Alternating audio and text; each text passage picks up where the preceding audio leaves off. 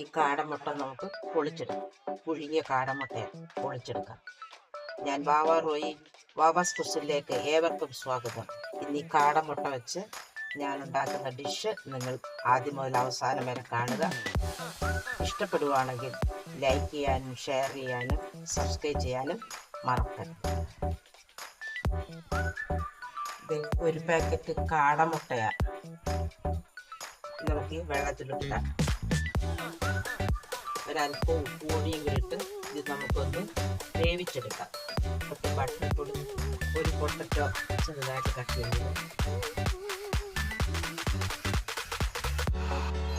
Carrot വെക്കുന്നത്, പച്ചമുളക്, പച്ചക്കോൺ, സവാള ഇതെല്ലാം ഒന്ന് വഴറ്റി ആവശ്യത്തിന് പൊടിയും ഇട്ട് അത് ഇട്ട് ഞാനതൊട്ട് ഈ കറിവേപ്പിലയും ഈ വേലിയും കൂടി കൊടുക്കാം.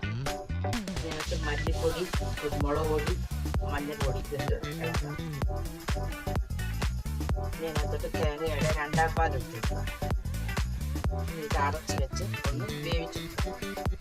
എനിക്ക് കാടമുട്ട പൊളിച്ചെടുക്കാം.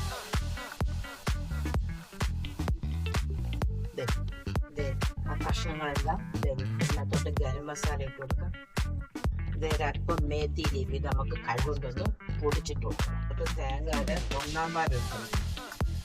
ഇതിനകത്ത് നമ്മൾ പുഴുങ്ങി വെച്ചേക്കുന്ന കാടമുട്ട ഇനി മല്ലിയിലിട്ട്.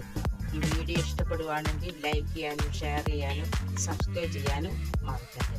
ഇനി അല്പം നേരം ചെറിയ തീയിൽ നമുക്ക് അടച്ചെടുക്കാം. നമ്മുടെ ടേസ്റ്റിയും ഹെൽത്തിയുമായിട്ടുള്ള കാടമുട്ട പപ്പാസ്. അതിനകത്ത് എന്തൊക്കെ നമ്മൾ ചേർത്തു? ചോളം, ക്യാരറ്റ്, പൊട്ടറ്റോ, സവാള. വളരെ ടേസ്റ്റിയും ഹെൽത്തിയുമായിട്ടുള്ള ഒരു മിക്സഡ് കാടമുട്ട പപ്പാസ് റെഡി.